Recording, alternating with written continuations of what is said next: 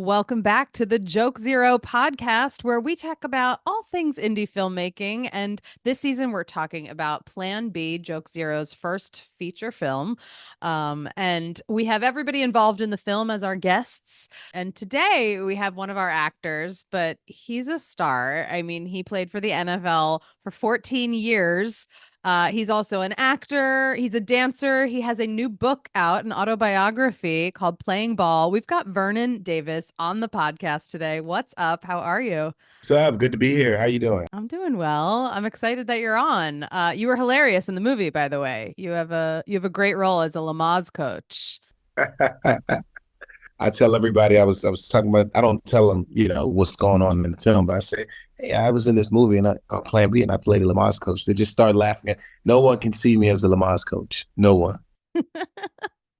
Which is interesting because I feel like athletes probably do similar kinds of like warm-ups or breathing or I don't know, workouts. I'm like, yeah, it kind of checks out actually. Like I wouldn't be surprised to find like, I don't know, a team somewhere doing Lamaze or something. I guess they call it a yoga, right? Yeah, they call it yoga. Exactly. Well, that's cool. Well, obviously, I was excited to have you on. I mean, I know Brandon's a huge football fan. I'm not gonna lie, I'm gonna come out right out of the gate. I'm a huge Dancing with the Stars fan. So congratulations on being a part of that world. Thank you. But I want to know how you got your start. You played football. How did you transition into the entertainment world and acting world? It's interesting you say that because I talk to players all the time and I tell the story about like how I started doing the things that I thought I wanted to do when I was playing. When I was playing with the 49ers, I took this class at the Shelton Theater of Art. It was an improv class and I fell in love with it.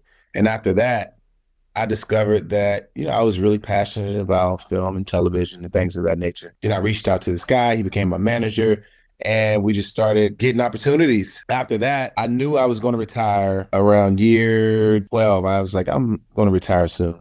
So I came up with this plan for an idea for a feature film. We made it after I retired, and then I just kept going after that. This was in the works ahead of time. You weren't just waking up one day with a bug and you were like, I think I want to make a movie. Yeah, exactly. Yeah, no, I didn't just wake up. I was like, hey, because I knew I had to put the work in, hire an acting coach and just, learn just some of the tools and techniques you need. That's really cool. Do you feel like some of the skills from football translate to when you're on set or working on a new project? Yeah, I think the biggest thing is the preparation. Like if I know that I'm going out on Sunday, I know I'm gonna be super prepared. I'm going to catch a bunch of balls. I'm going to make sure I'm in shape. Just everything I need to do to make sure that when Sunday comes, I'm ready to go. Just like when it comes to like a role, I want to make sure I've had tons of different choices that I've made, and I'm prepared. I know my dialogue. I'm fully aware of the character. I've done all of my work. So that's the correlation when it comes just the preparation part, I would say. Cool. What was like one of your favorite projects that you got to act in when you first started out? Or just the one that made you feel like, whoa, I'm a real actor now. Like I'm on a set with like major players. Oh, probably working with Bruce Willis. That was phenomenal. When I saw that, I was like, wow.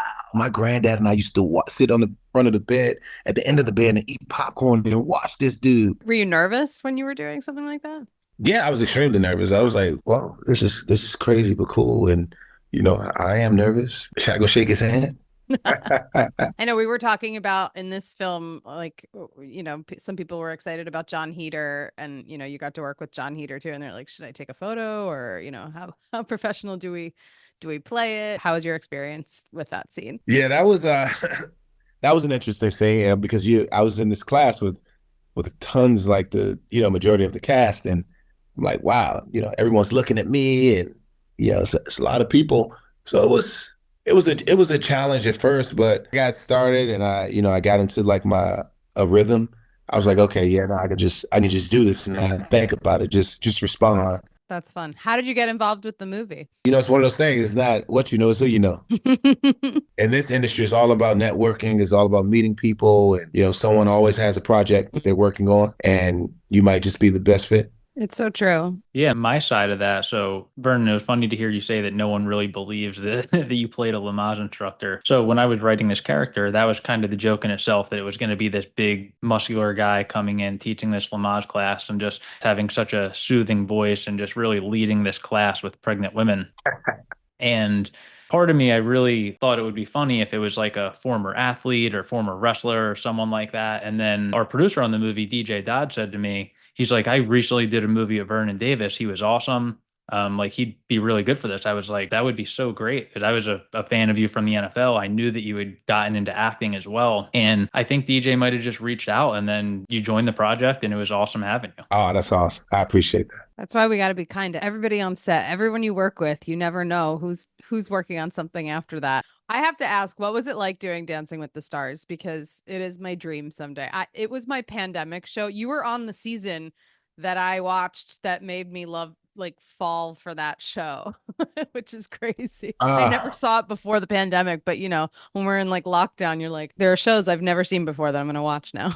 yeah, that was a very challenging moment for me. And I say that because I'm not a dancer. I don't know how to dance. I was never the guy who would go out on the field after a touchdown and start dancing. And I just couldn't do it. It wasn't in me. So when I arrived, I was introduced to something so foreign and I had to get it like right away. Like we had like literally had like 2 days to learn everything, entire routine. That's a lot. Yeah, so it's if you think about it, then you perform every single week. You do not get a day off. So you're always up on your feet. Your toes are hurting. Your toenails are falling off. But I did learn something about myself. Also learned a hobby. Well, I got better at the craft of dancing. It's something that I can take with me any and everywhere. When I go out, I'm at the bar or I'm at a wedding, some kind of event. Everybody's always asking, "Oh, show me a dance move. Show me a dance move." Yeah, now you're at a wedding and your friends are probably like, would they expect you to get out on the floor? They're like, you've had training, dude. We saw Yeah. it.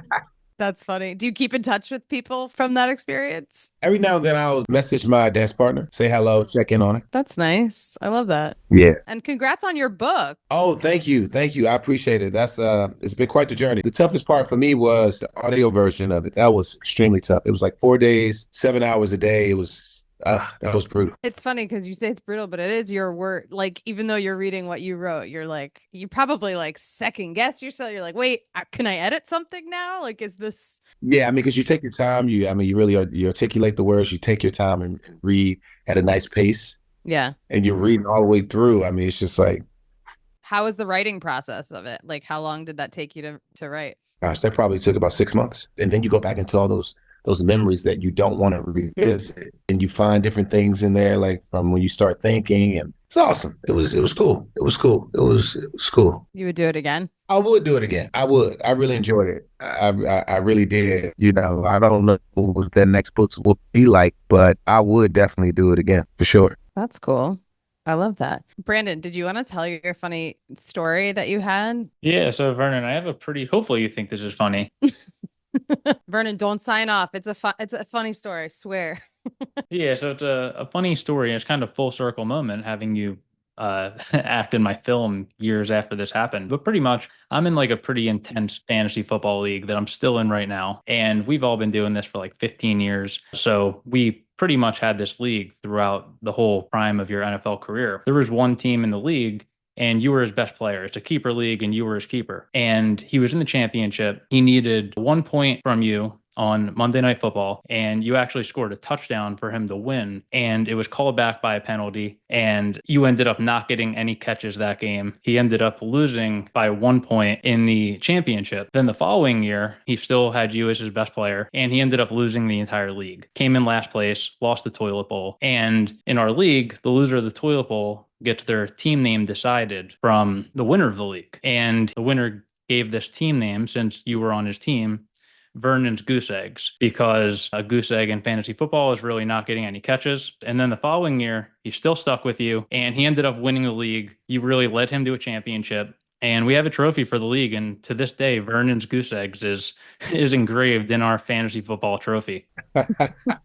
That's funny. That's pretty funny.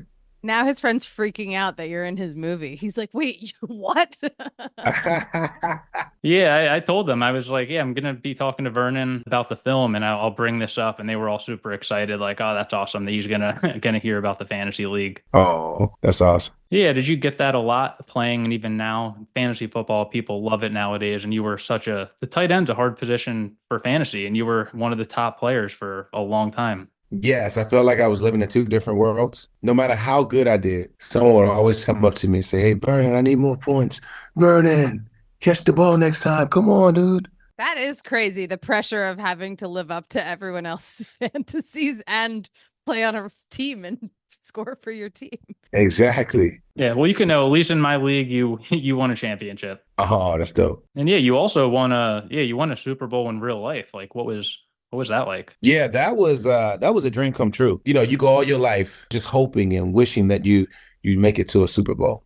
And then when you finally make it and you win, oh, it's so surreal, you know, but you just take it in and you just ride the wave. I mean, for like a whole week, there's so much going on. There's the parade in the city when you go back, and then it's the celebration that you and your teammates have after that. It's an amazing accomplishment. I've been on both sides. I've been to Super Bowl 47 where we lost, and then Super Bowl 50 when we won. So it's that kind of you appreciate it a lot more. You know, if you make it and lose, and then you if you get a chance you win it, it's like it's a great appreciation, a wonderful feeling. It's amazing. You've got an amazing resume and career. And anything else that you're working on that you want to share with us, or anything cool that you're excited about? Oh gosh, there's always something. I bought a farm 3 months ago, and I named it after one of my brother's companies that he was really loved before he left us. Oh, Yeah, yeah. So I'm excited about that. So I came up with this wonderful name on this farm that's going to be so cool. So working on that, I'm getting ready for a commercial with KFC, and we're going to the Philippines for 10 days. for vacation? I'll be working. I'll be up at 12 midnight over there that time working still. So That's awesome. Congrats. yeah, thank you. I have another question about the farm. Do you have like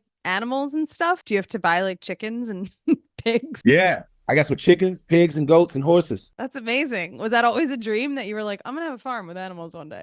No, No, no, it's never a dream. it's not. Do you have pets? Yeah, I have two cats. I love my cats. They're so cool. One of my cats, he's still growing because he's growing for 4 years. He's going to be like 35 pounds soon. So he's gonna be like the tiger on your farm. Yeah, he's huge. They're so, I have a Bengal and a Maine Coon cat. They're pretty awesome. I love those guys. Well, it sounds like you're doing a lot. And I'm so excited that you're in this movie. You're great in the movie. Everyone's gonna love your cameo when you walk in. They don't expect you, and you're a great Lamaze coach. I'm sure you'll get more work out of this. Just breathe. We're gonna totally see Vernon on a commercial, like for like a Lamaze or a yoga or something. We're gonna be like, oh, they saw the movie. Oh my goodness. That is so funny. Yeah, just add in a little bit, Vernon. So I know you've worked with Bruce Willis, you work with Morgan Freeman, you've done some great action movies, and you mentioned that you did improv classes. So is comedy something you're looking to do more of in the future? Because you obviously played a comedic role in Plan B. Yeah, I love comedy. I think it's so much fun. I mean, especially if you get some good writing. All you have to do is just make sure you find out who the character is and just live the moments, man. It's so much fun. I love it. I want to get more into comedy, but we'll see. We'll see. But I also love the gritty stuff as well. So Yeah, well, any comedies I'm working on, you're more than welcome to to be a part of. oh, thank you, man. Thank you so much. Thank you, thank you, thank you. That'll be great. My last film was a show with Steven Spielberg's daughter, Destry Spielberg. That's awesome. You guys got to see it. It's gonna be cool. Yeah, that sounds awesome. Well, I'm following the career. Where can people, obviously, they can find you online? Is there anything that you want to direct them to, or where they can read your book? Or Yeah, they can get my book from Barnes and Noble, Amazon. You can follow me on Instagram at Vernon Davis 85 for more information and updates. amazing. Well, congrats on everything, and thanks for hanging out with us today. Oh, you're welcome. Thanks for having me. Yeah, thanks so much, Vernon. Oh, you're welcome. Good to see you, Brandon.